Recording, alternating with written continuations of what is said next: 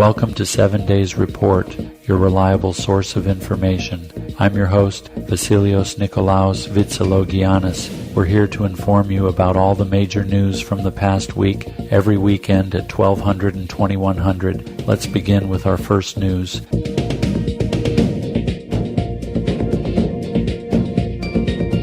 Following the recent election, Elon Musk has rapidly become a key advisor to President-elect Donald Trump, engaging closely in staffing decisions for the incoming administration. Sources indicate that Musk has been at Trump's Mar-a-Lago estate nearly every day since Election Day, participating in discussions about potential cabinet appointments and influencing strategic choices.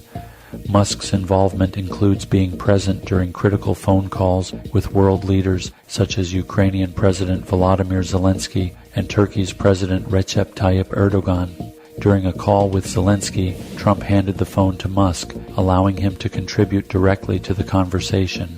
This level of engagement underscores Musk's significant role in shaping the administration's foreign policy direction. Despite his active participation, Musk is not expected to take on an official government role. Instead, he appears to be leveraging his influence from the outside, advocating for candidates like Florida Senator Rick Scott for Senate leadership and expressing concerns over other staffing choices on social media. His close relationship with Trump and frequent presence at Mar-a-Lago position him as a powerful figure in this transition period, reflecting a blend of business acumen and political strategy that could impact both his ventures and the broader Republican agenda.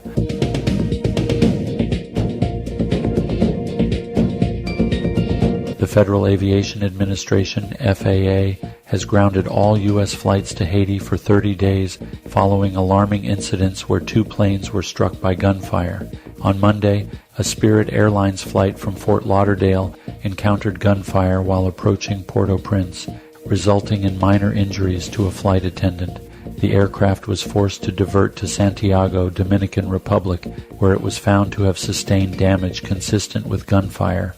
In a related incident, a JetBlue flight traveling from Haiti to New York was also hit by a bullet, prompting the airline to suspend all flights to and from Haiti until December 2nd. The FAA's decision reflects growing concerns over escalating violence in Haiti, where gang activity has surged amid political instability. This violence has previously impacted international operations, including attacks on UN helicopters and U.S. embassy vehicles. Haiti's Toussaint Louverture International Airport is now effectively closed as airlines reassess safety protocols in light of these recent events. The FAA's ban underscores the urgent need for enhanced security measures as the country grapples with ongoing unrest.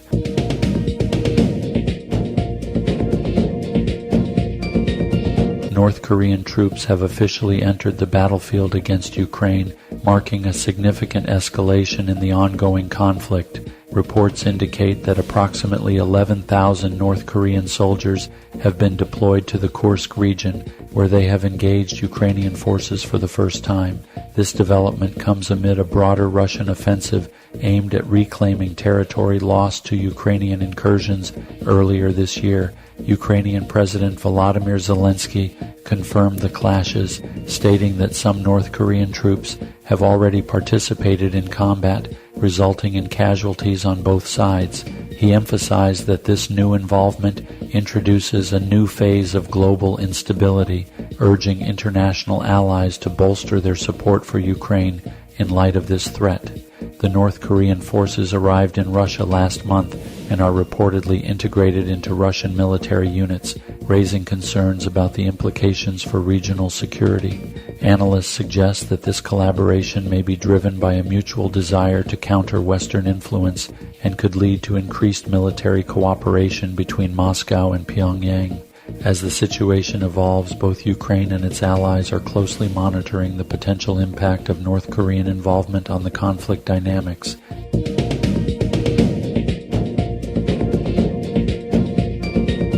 Israel is reportedly accelerating efforts to establish a ceasefire with Lebanon, positioning it as a diplomatic gift to President-elect Donald Trump.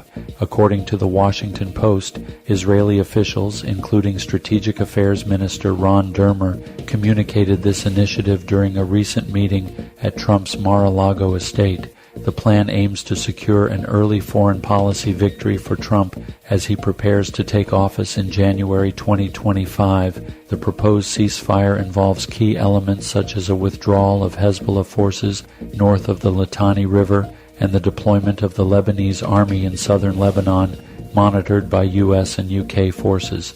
However, Hezbollah's acceptance of these terms remains to be determined, particularly regarding Israel's operational freedom within Lebanese territory.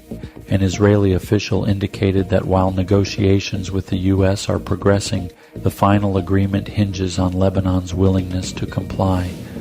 This initiative reflects Netanyahu's ongoing dialogue with Trump and his administration, including discussions about broader regional stability and potential normalization talks with Saudi Arabia.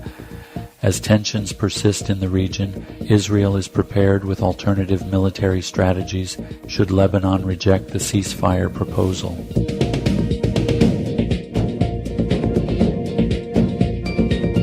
Brazil's proposal for a global billionaire tax at the G20 summit is facing significant pushback despite its ambitious goal to generate between $200 billion and $250 billion annually.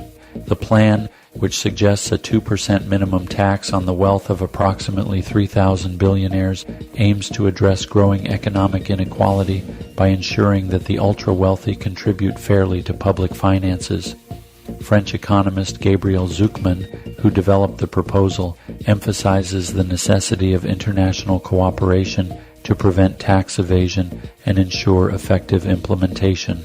He argues that wealthy individuals might relocate their assets to lower tax jurisdictions without a coordinated approach, undermining the tax's effectiveness. However, the proposal has met resistance from various quarters. Critics argue that implementing such a tax could be logistically challenging and may face opposition from countries reluctant to adopt higher taxes on wealth. Despite this, some wealthy advocates like Maurice Pearl support the initiative, highlighting the need for systemic change in taxation to combat inequality.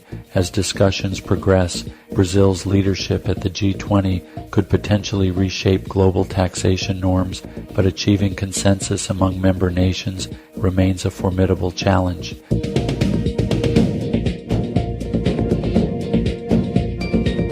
Our show has come to an end for now. 7 Days Report will return in a few hours. I'm your host, Vasilios Nikolaos Vitsilogiannis, and before signing off, I would like to wish you a happy and safe weekend. Goodbye.